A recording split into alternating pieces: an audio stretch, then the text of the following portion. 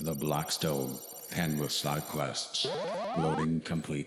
All right, welcome to another episode of the Blackstone. With me again, I have the wonderful Kimmer. Thank you again for joining me again, sir. Of course. So, how are things? How's gaming? How's busyness? It's been pretty good. I haven't been able to game as much lately just because life's been a little busy. I started up a side business, just doing a bunch of side jobs. So I've been busy with that, and then just busy with my main job, getting back. Cause I just come back from a small vacation, so I've been trying to recoup that money that I lost in that week because it was unpaid. But oh yeah, unpaid good. Is always not fun. No, it's all good though. Sometimes we need those breaks, and for sure. We're back though, and then I'm here to record another episode with you. It's gonna be great. I'm excited to talk some more nerd talk. It's always a good time when I'm able to talk. Nerd talk and kind of vent about some things on some certain topics and stuff. For sure. All right, well, we got two gaming topics today and an anime topic. Let's start with the anime topic, just because you did do the Double D early this week, which I found fantastic. You guys had some pretty Thanks, solid conversations. I appreciate it. If you haven't watched that, go check it out, please. You, Mac, and Kel, I think was the other name. Yeah. Yep. You guys had some pretty decent arguments. I wanted to chime in, kind of things like that. I also spoke to my wife, who is probably the most anime expert of anyone I've ever met in my life. And I also wanted to kind of get into some recommendations, because one of the things you guys brought up was the isekai. And I agree, it is an oversaturated genre, but that's generally what's happened when something gets pretty popular. I mean, it happened with shonen anime when Dragon Ball and all those came out. Happened with the paranormal anime in the early 2000s, like Monster and all those kinds of stuff. And now It seems to be the isekai stuff. You have the two isekais where you have main character dies and goes to another world, or the second one where they're transported in some way, which is popularized most notably by Sword Art Online, because you're in another world with powers, blah, blah, blah. Right. My take on it is still, and this is something I kind of agreed with Kel on your podcast, was with the isekais, it's all about how well the story is written. Like you guys talked about Mushoku Tensei, Jobless Reincarnation. Fantastic anime. But if you don't know that he's a middle-aged pervert, those scenes are, as you guys put it, very cringe. Mm-hmm. But the thing I like about it is Mushoku Tensei does not hide what it is. It knows what it is. For me, the standout one that surprised me that I didn't think was going to be any good was the world's greatest assassin was reincarnated as an aristocrat. And that one ended up being far better than it has any right to be, despite the fact that it has a lot of, the pervy notions and stuff like that. Right. But I would say the best isekai to come out in the last 10 years is an anime called Gate. Not Steins Gate, but Gate. Gate? And just Gate. Okay. And what happens is a portal just randomly appears in Tokyo. A bunch of people come in, they kill a bunch of people in like Harajuku, I think is where it actually appears. Oh, and so the Japanese military goes in, and now you have the Japanese military with all their technology against guys on horses and swords. Oh. But the gate works both ways. So the magic people could come to our world and we can go to their world. Okay. It is an absolute awesome anime. It has 2 seasons. It's never been officially canceled. And I really hope they do a 3rd season, but we're sitting at 7 years. But I mean, Devil as a Part-Timer is getting, a 3rd season. They had their 2nd season earlier this year. And that one was 7 or 8 years without a 2nd season whatsoever. Last Remove the Elite also just got a season 2 recently. Yep. That was like, what, 10 years? Something like that. Yeah, there are some animes that are coming back. Yeah, I mean, one of the things you guys talked about was the length of animes. You like One Piece, old school, I want an anime episode every week. One of the things that you guys didn't touch on was, I think they've learned to shorten the seasons to have quality over quantity.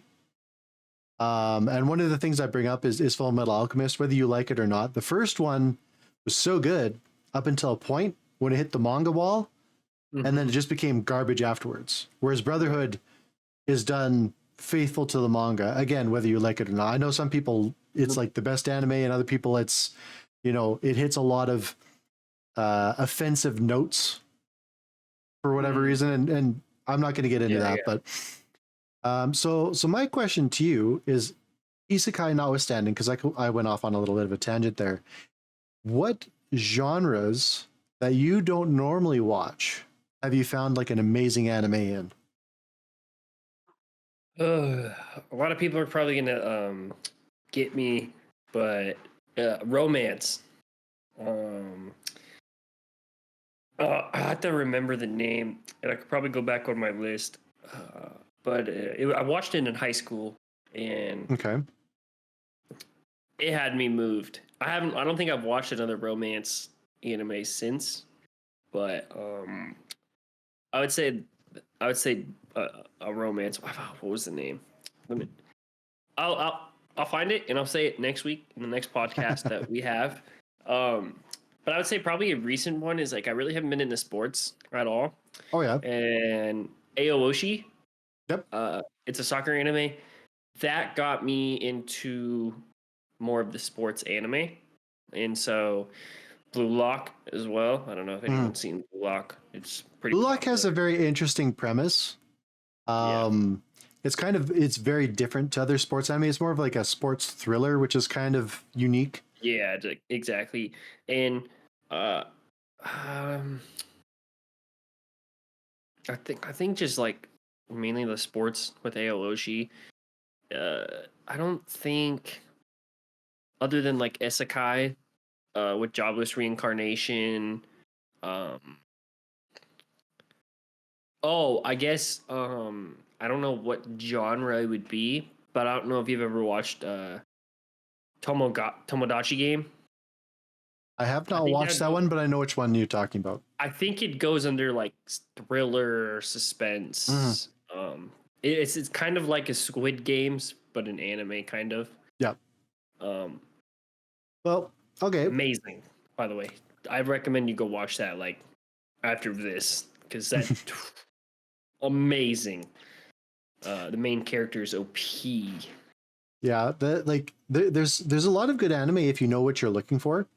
So like for my recommendations, I used to not watch any romance anime whatsoever. It used to drive me nuts because for me, I was like, it's too formulaic. It's always the same format, which I mean, anime as a whole, each genre has a set formula.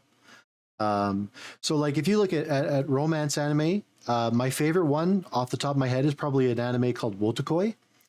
And that is a slice of life anime about adults, not high school teenagers, finding romance in an office setting where she's an otaku and he's a gamer, and they're trying to hide their professionalism away from that.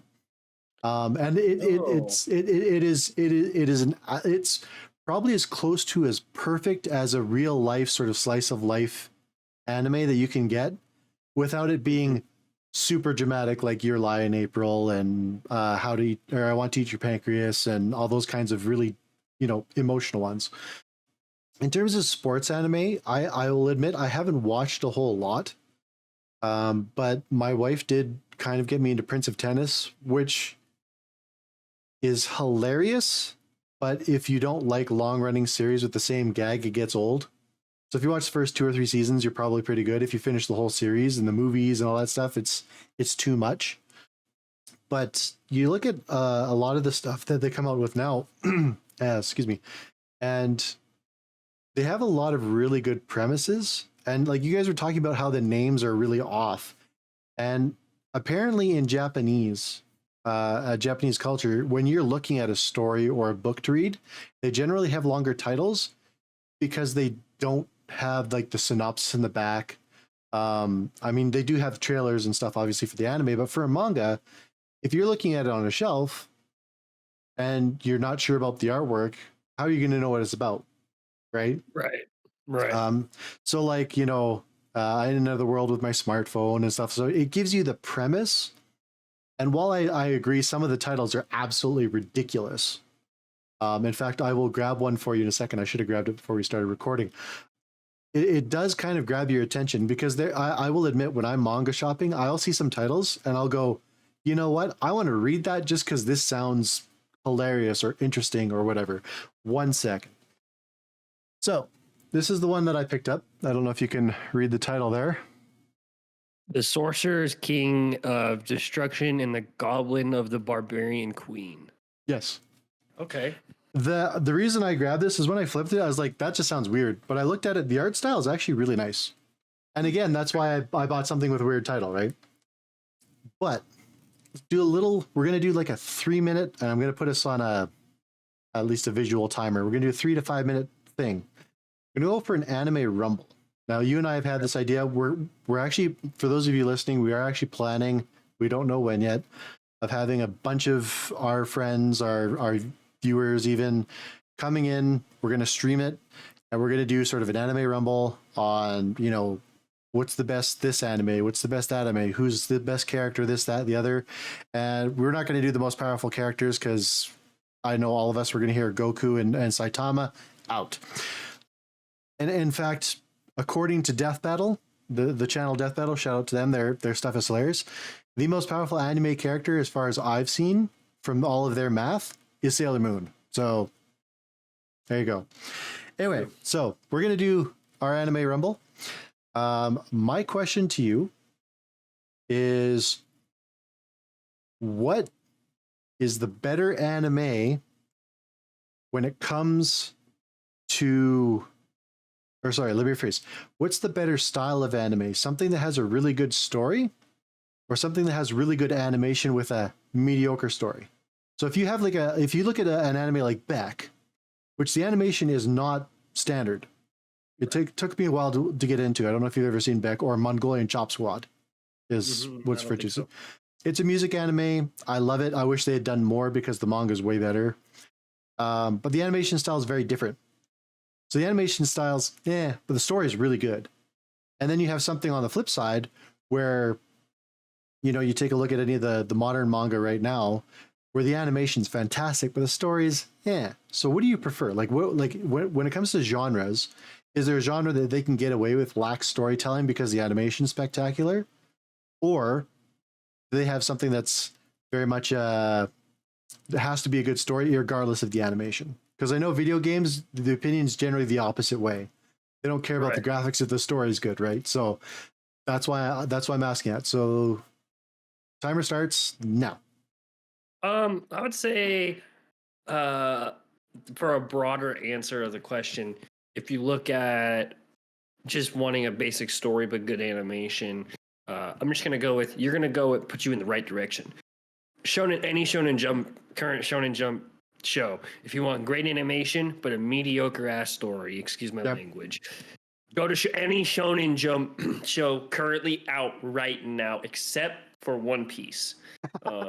Because that one falls in the older generation. It just keeps, it's just been on and on and on. That's a different story. But any current style, current gen, I feel like all the stories are mid, but the animations are so good that it keeps the anime good, because people like good animation now. So Sword Art Online would be my example of that. For me personally, I would rather have a better story than a better animation, but that's just me personally. But so like for me, I like Dr. Stone, Fire Force, a lot of that stuff, because that's a lot of story driven. Now Fire Force has really good animation and have really good stuff. But I'm kind of throwing shade more at the My Hero Academica, Demon Slayer. I feel like even sometimes kind of has that mediocre plot. What about Attack on Titan? I was just Attack on Titan for sure. What's another kind of mediocre one that like is just the animation is super good? Oh, there's plenty out there. Rising Shield Hero, I feel like, but that's not really shonen because I know. Well, no, it's not. Yeah, Rising Shield Hero is kind of in a weird spot because they did season 2. They introduced a bunch of characters in the manga that just get thrown at you in season 2. They cut out the best part of the manga, according to everyone I've known who's ever read it. Did the worst possible story for an entire season, and they literally killed their fan base. Like I watched all of season 2 and I'm just like, because the story they cut out so much, there's no reference point. So they actually undermined their own story. So irregardless of having fantastic animation, the story suffered heavily for it. And it seems to be a very common practice of let's take out the fun bit and do it later. The only anime I've ever seen that work with is Full Metal Panic, which is one of the best animes that I've ever seen, barring the last season they did. So what happened was they had season 1, a filler sort of just comedy season, and it's literally just a comedy season. It's like 13 episodes or whatever. And then they did season 2, and season 2 is fantastic. Then the mangaka got sick, so it didn't continue for a very long time. Then they brought it back for season 3, and 5 episodes in, they're doing a recap of the entire season. And the animation changed, and it was this horrible blend of digital animation and CG animation, and it did not mesh well at all. Like the stuff that was done in the mid 2000s looks better than the stuff they did 3-4 years ago. Right. But when it carries on, I mean, it's when the story suffers, I can't watch it. I can put up with okay animation and a fantastic story. Mushoku Tensei actually hits the nail on the head. It's it. As long as you understand that he's a middle-aged pervert, the entire series makes sense. It flows nicely, and yeah, they do in a time jump, but they're also doing an explanation as to why there's the time jump. Right? Exactly. So I mean, it really comes out to be just kind of perfect. I've watched the first episode of Kenshin. I haven't watched the second one yet. I was gonna kind of be annoyed at that, but the creator's not getting any credit. He's other than his name being in as the creator by, which you can't get rid of. Apparently he's not getting any royalties or anything of that nature with the new series. I know he does with all the previous existing stuff, but with the new series he's not, and that's why it got greenlit. And the animation in that is so smooth. It looks fantastic. It's right up there with like Hellsing Ultimate, and it just looks so crisp. Okay. I know. I still have to go watch the 2 episodes of that. I will, though. I probably will later tonight, if not this weekend at some point. I've just been so busy. But with to finish out this anime rumble, I think if you guys want an awesome story with mediocre graphics to start with, I'm not even going to say mediocre graphics, horrible, terrible graphics, but an amazing story that'll keep you driven to where once you get to season 2, even season 3, or like season 2-ish, even kind of middle of season 1-ish, the graphics get a little bit better. But no, season 3 is kind of like where the graphics get just absolutely amazing, and the story's amazing. It's Kingdom. Is go watch Kingdom. See, I can't say go watch the manga because there's not an official English. Yep. So I can't say go watch or go read it because there's not an official English. But read it. And for me, I would highly recommend watching Beck, especially if you're an audiophile like I am. It's an older anime. It's 2004, I want to say. But the music was fantastic. Like Beck is what it's called. The North American version is Mongolian Chop Squad. The dub is nowhere near as good as the Japanese one. If you watch it subbed, the music that they created for the series and the way they did it is so good. It's probably one of the best soundtracks. I still to this day have songs on my Spotify from that anime. Okay. So I mean, they're banger tracks. All right, I'll go check that out. So we'll cut that closed, and now for our little fight of the week that we're doing. Final Fantasy for 2 Fate. Now, I put out a question on Twitter, Discord, a whole bunch of stuff, and I actually had a wonderful friend come out on Discord, and he kind of created a list based on what his opinion was based on how our conversation was going. So I follow a cosplayer. Her name is Mama Terra. She is a fantastic cosplayer. I've been fortunate enough to call her my friend, And in her Discord, you have a whole bunch of retro gamers and stuff like that. It's a wonderful community. So huge shout out to her. And we talked for probably about 2 hours about who the best Final Fantasy protagonists are. Now, my question, I had to rephrase a couple of times because everyone was getting hung up on stats. Because throughout the games, you know, there's the power creep effect and all that stuff. So our stats, we wiped them out. We're going based purely on the character lore. So of who they are in their Final Fantasy story. And it's glass cannon. So imagine, you know, their Goku, the bad guy is sitting there waiting for him to power up. Who one-shots the boss the hardest? Glass cannon, right? Because as soon as you start saying, oh, well, who's the best fighter? Well, now that list is going to change.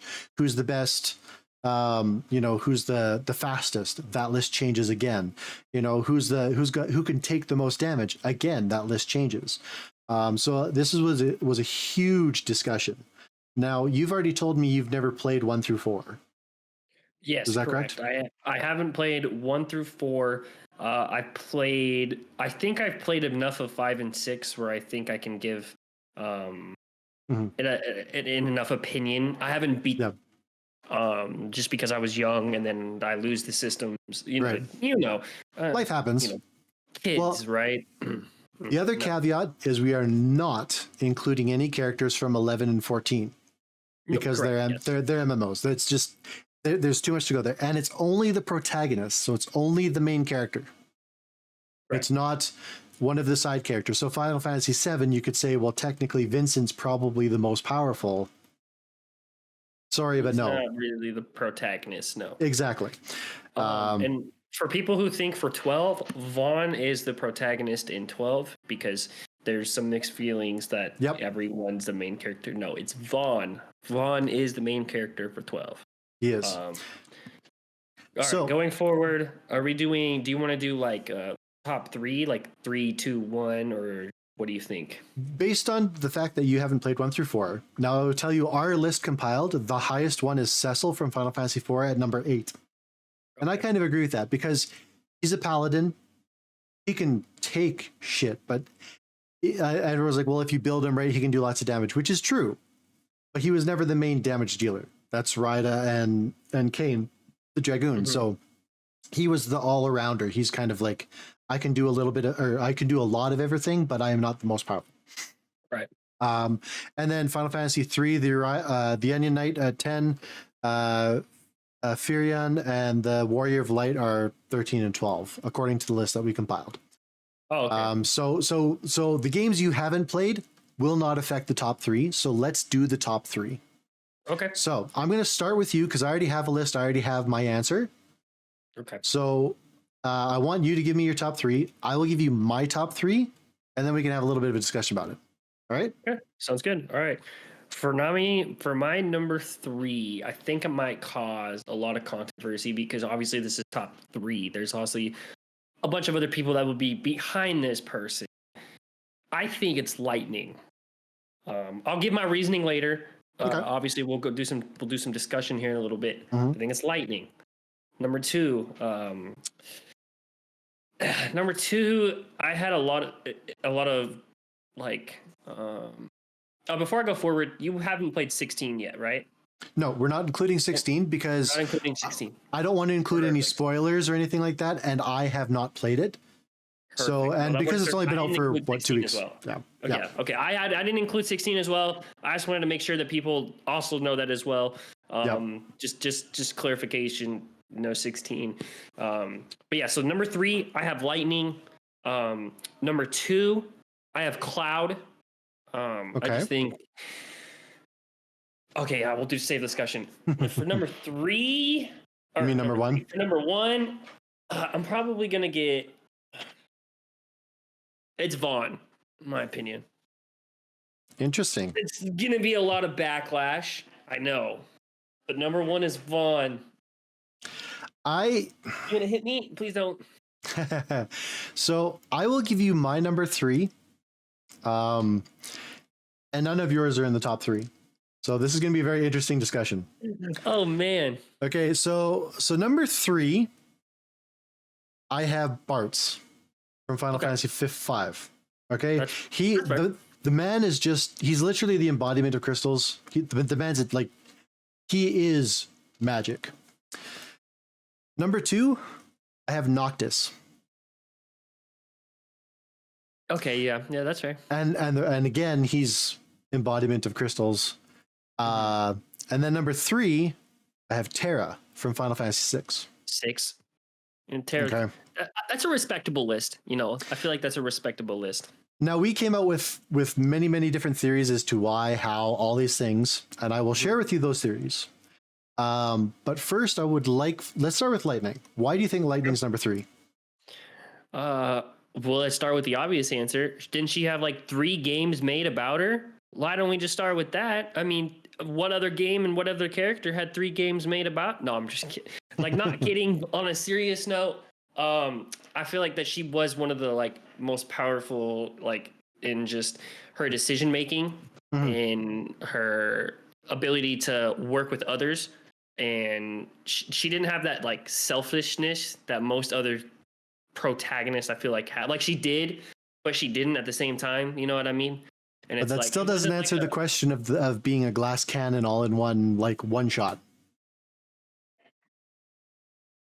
And so, and this is why the list is very controversial, because depending on what your standards are, the list drastically changes. well, if you think about it, her name is literally Lightning. Yes. Like, she's the embodiment of lightning. No, I'm just kidding. Well, with Lightning specifically, now I have her as 4th. Okay. The Discord server put her 6th because they put Tidus and Zidane ahead, which I did not agree with. Tidus isn't even real, bro. But that's into that. Well, yeah, and spoilers. That and Zidane is he's an enigma because he is powerful, but I don't think he is, as my friend Terra put it, a suborbital nuclear cannon. So, I mean, the reason why Lightning for me is 4th is because of how fast she is. However, that's what I was just going to bring up, was just how, like her quickness and her ability to think. You know what I mean? Just her speed overall. Like, I feel like speed in Final Fantasy is huge. And that's why she beats out Cloud, because she has her mind about her. Cloud does not. And in terms of power, Cloud looks like he could be deliver more. He can't. The Lightning is literally just lightning. She's going to one-shot Cloud. If it's an extended fight, I would 100% give the edge to Cloud. But in a sort of one assassination attack or whatever you want to call it, I think Lightning has the edge. And again, the list changes depending on what you say, right? Or what the standards are. So going to my number 3, Bartz, I think he's ahead of Lightning only just because, like Lightning, he's really fast, but he also packs a wallop. Like he is able to just, I mean, he could probably blow up a mountain if he really wanted to, right? So, I mean, if for those of you who haven't played Final Fantasy V, the job system allows your characters to really be anything you want, but lore-wise, Bartz is literally just, he is the embodiment of that world's magic. And as a result, he essentially has unlimited power. Mm-hmm. So it's really hard to fight that. So you're asking me, well, why are there 2 other people ahead of him? And I'll get to that. But let's go to your number 2. My number 2, if I wasn't mistaken, was Cloud. Yep. And the reason why I chose Cloud was just like you said, but like you said, he was a little bit weaker. I just think that his just power is just a little bit stronger than Lightning's. So like, and I don't want to say it's just because of his weapon either, because obviously he has a really giant sword, but if you just look at his build, see where he came, like, yes, Lightning and Cloud kind of had the similar story of they were raised in the military, blah blah blah blah Yeah. blah.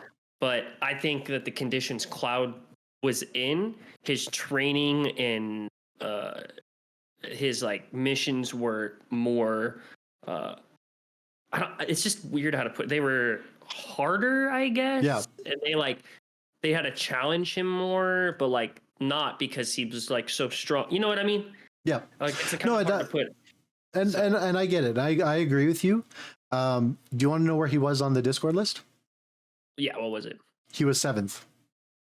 And the reason he was 7th was because when I posed the question of, pure raw untapped power, somebody made the comment, but most of his power comes from materia, not from himself, because he's knowledgeable in how to use the materia. And as soon as he said that, he dropped so far down the list. Because before he made that comment, Cloud was like hovering between 2 and 4 while we were talking. As soon as he mentioned that, we're all like, right. Now the argument for him being more powerful later on in the story, again, spoiler alert, is when he gets infused with the life stream by falling into it. That's where it gets kind of murky. Mm-hmm. And the fact that he is or may be a clone, right? So we don't know. Like there's too many unknown variables. So you go based on what you saw, and that's the reason why he dropped that far. That's fair. No, you put it like that. That's fair. I'm still sticking with 2 though. I'm not wavering. Honestly, he's one of the most badass protagonists. I prefer Squall over Cloud, and Squall was even further. Squall was 11th in our list.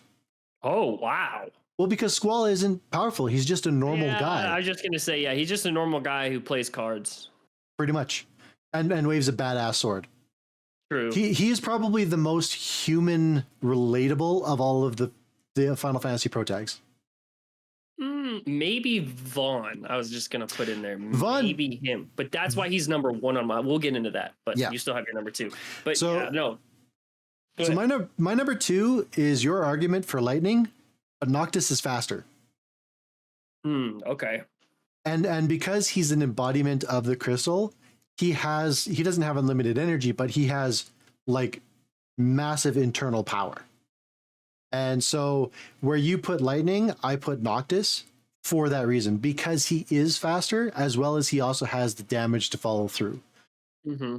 It would be like if you took lightning and Cloud at his like max power and put them together and put him in a person. That's Noctis.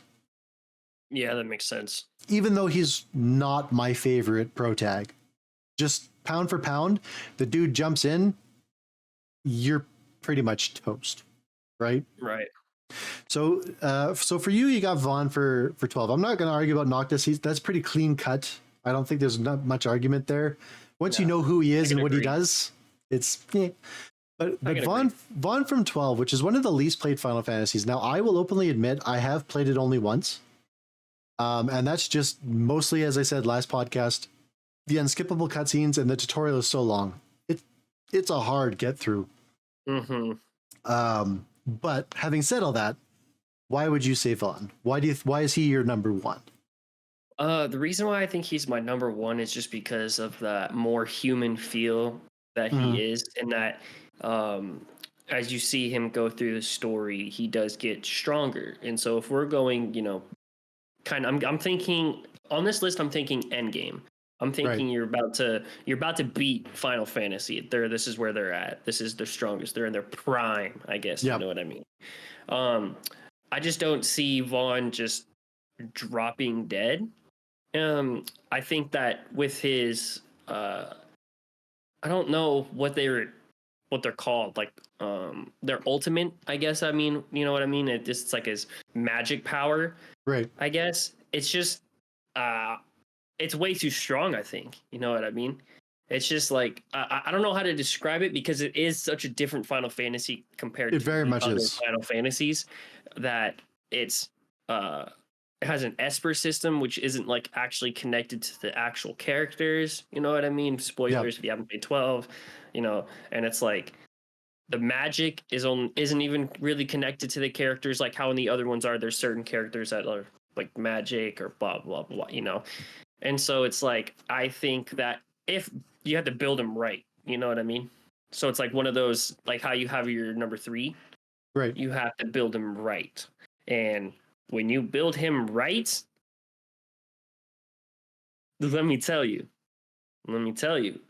uh, he was just whapping monsters. You know what I'm saying? Yeah. I don't know. I just think it's just because of that more human feel, and since it's such a different Final Fantasy, that like with his magic of his ultimate ability, Right. it's just he's wiping out planets, I think.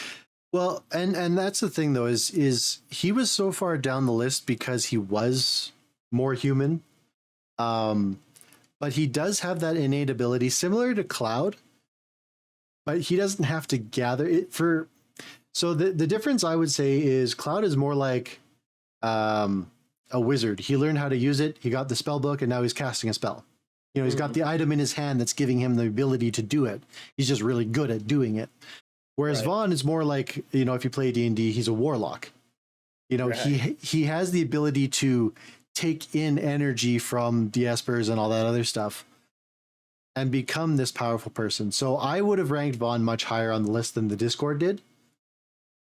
But having said that, he still doesn't compare to Terra. And the reason why Terra is number 1, and now I know you've never finished Final Fantasy VI. Mm-hmm. Okay, the way that it is set up is Terra is a hybrid because she's a half and half.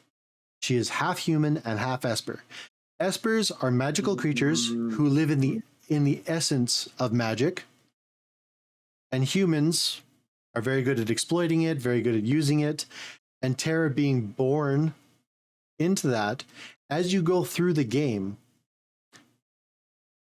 she is always your number 1 attack. She's your nuke. Mm-hmm. And when she's in her Esper form, the magic enhancement that she gives herself is bar none. As I said earlier, Mama Terra calls her, you know, the orbital nuke laser beam cannon, whatever you want to call it. Mm-hmm. And so pound for pound, as a glass cannon one shot, nobody can do as much damage as Terra does. Now, if we were to have this conversation again and say, who is the best fighter, like combat fighter, Terra doesn't even crack the top 10. No, most definitely not. So that's why, like, we can have further conversations about Final Fantasy on this if you guys want, or we can have different games, you know, like maybe you want to do like Mega Man or something. I have no idea. But that's kind of why when we do these, I'm going to try to be even more clear when I pose the questions so that we can make these tier lists really nice. And I do apologize. I know you've been busy, so you didn't really have time to kind of curate your own big list. I know we wanted to do the full 13 of them, but but the top 3 stands. So for those of you who are curious, I will post this in the description below, but the list that the Discord came up with is Firion at 13, the Warrior of Light in 12, Squall 11, Onion Knight at 10 for Final Fantasy 3, Vaan at 12, Cecil at 8 from Final Fantasy 4, Cloud at 7, Lightning at 6, Tidus at 10, Zidane at 9, Bartz at 3, Noctis at 2, and Terra at 1 is the list that we did. We did also get into the bosses, like the big antagonist bosses. They did not have to be the final bosses, but they did have to be the main antagonist to kick things off. So for Final Fantasy VI, it was the Emperor. He's not the biggest, baddest boss. In fact, you don't even fight him. So... and he was literally 13th in our list on that. So, I mean, if you want to get into stuff like that, we can definitely do that. But again, you know, we have to set priorities. I really like doing stuff like this. I like what if nerd stuff. I follow people on TikTok all the time who are like, oh, you know, Star Trek versus Star Wars. And then they argue about why the other one's better than the other. There's always merit to the argument. I don't think Cloud should be 7th on the list in terms of, you know, the pro tag ranking, but given the conditions we gave, right? Like as a fighter and a soldier and all around person, he's probably top 3, top 5 for sure. Top 5 for sure. But again, I mean, we have to set boundaries because otherwise, especially when each protagonist tries to outdo the previous generations, it's really hard to kind of line them up and say, you know, those things kind of go on. But having talked about video games and stuff like that, I would like to get into retro gaming. I want to give us some couple of retro game examples before we head out. But first, I want to ask you, what is your classification as a retro game? Like, is it a time? Is it a system? Is it an era? Yeah, I would say probably anything at least 15, 20 years old and older. Okay. So you're talking like, 2005 and before? Yeah, I feel like that counts would be as retro gaming, and in my eyes, at least. So you're talking PlayStation 2, Xbox, and before? Yeah. GameCube. Yeah. Okay, right. So not PS3 and beyond. No, not yet. Okay. So why don't you give me 2 or 3 examples of retro games that you've enjoyed on your favorite systems from PlayStation 2 and earlier? Okay. I'll give you my top 5. I'll give you my top 5. I'm not going to give them in order though, because I can't really place them in order. So it's really hard. In no particular order, we're doing Super Mario Sunshine. Okay. We're doing Crash Bandicoot. We're doing a lot of people aren't going to know this, and I'm even going to put, but it was on the PlayStation 2, and this is the game I resonated, but it was Buccaneer, the Lost Pirate or something like that, dude. That game was Buccaneers. And then what was the other one? Super Mario 64 and Donkey Kong. Donkey Kong and Diddy Kong when they made the collab game. Oh, Donkey Kong Country? Yes. I'm sorry, I'm young, you know.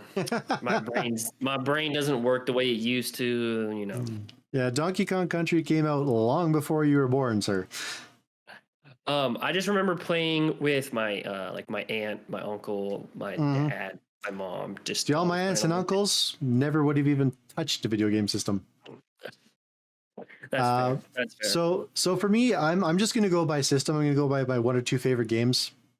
I started playing on a old console called an InTV. It's right around the same time as our Atari and stuff like that.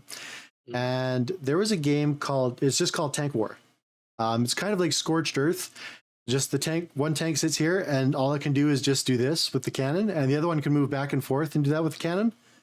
And so it had coiled cords and it had a remote that had a couple of buttons on it. And you'd take the little slide cards out of the box of the game and you'd slide them into the controller and it would show you what the controls were. And then the flip side had the French version of it. And then it had a little dial for movement. That's dope. I miss very, very old school. And then let's go with the NES. My favorite game is Mega Man 2. It was the first game that was ever given to me when I was a kid. We got a Nintendo for Christmas when I was 5 or 6. And my brother got Blades of Steel, and I got Mega Man 2. So I mean, I will never not love that game. I could probably still pick it up and finish it in 30 minutes if I wanted to. I played that game for hours because it was the only game I had. And then you get to the Super Nintendo, Final Fantasy VI, hands down my favorite game still to this day. Final Fantasy IV again. I could go down a huge list of just JRPGs. Let's do a sports game. I loved the glitching Madden 91. If you ran back 10 yards and then you threw it anywhere, your receiver would automatically catch it. Oh, really? So you could have a football game that was like 150-0. Oh, Jesus. It was hilarious.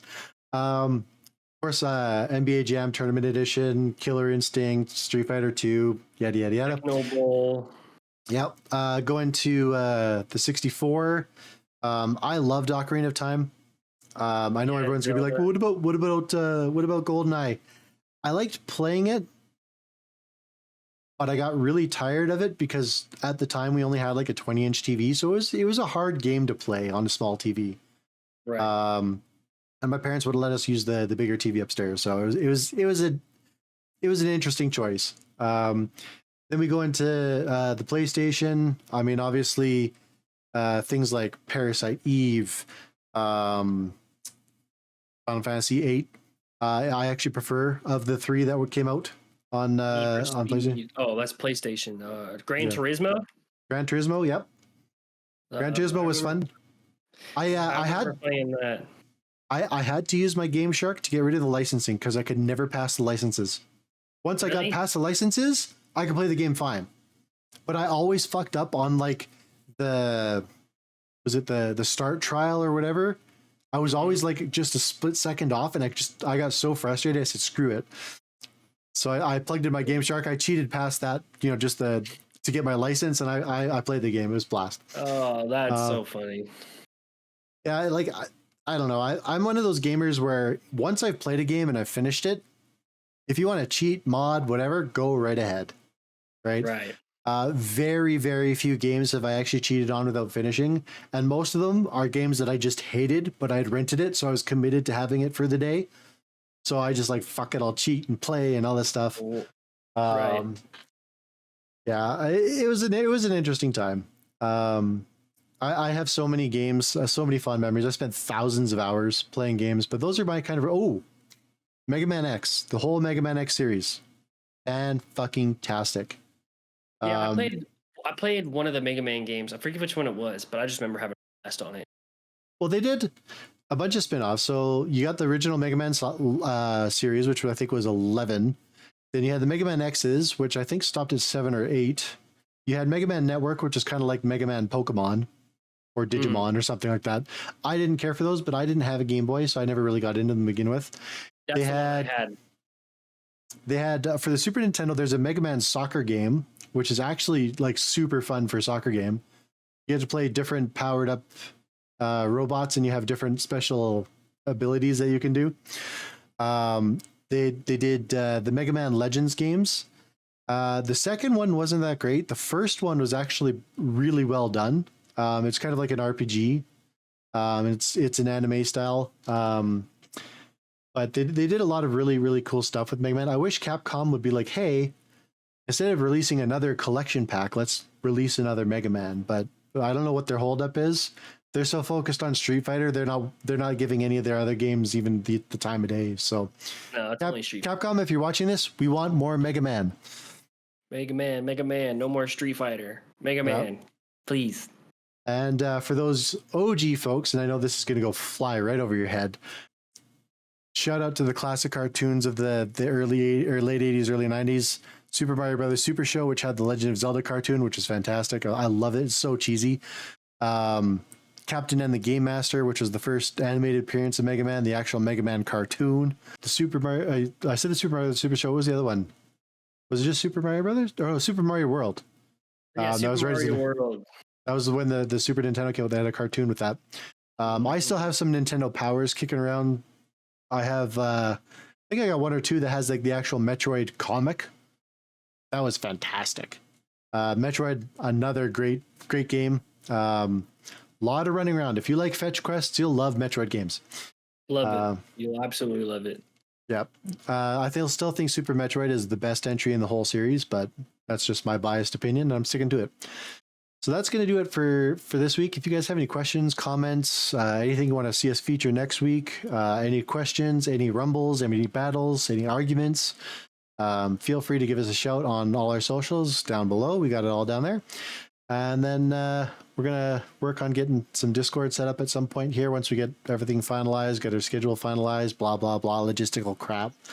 But you guys have fun, and we will see you in the next one. Thank you very much, Kimmer, and cheers. Of course. Peace.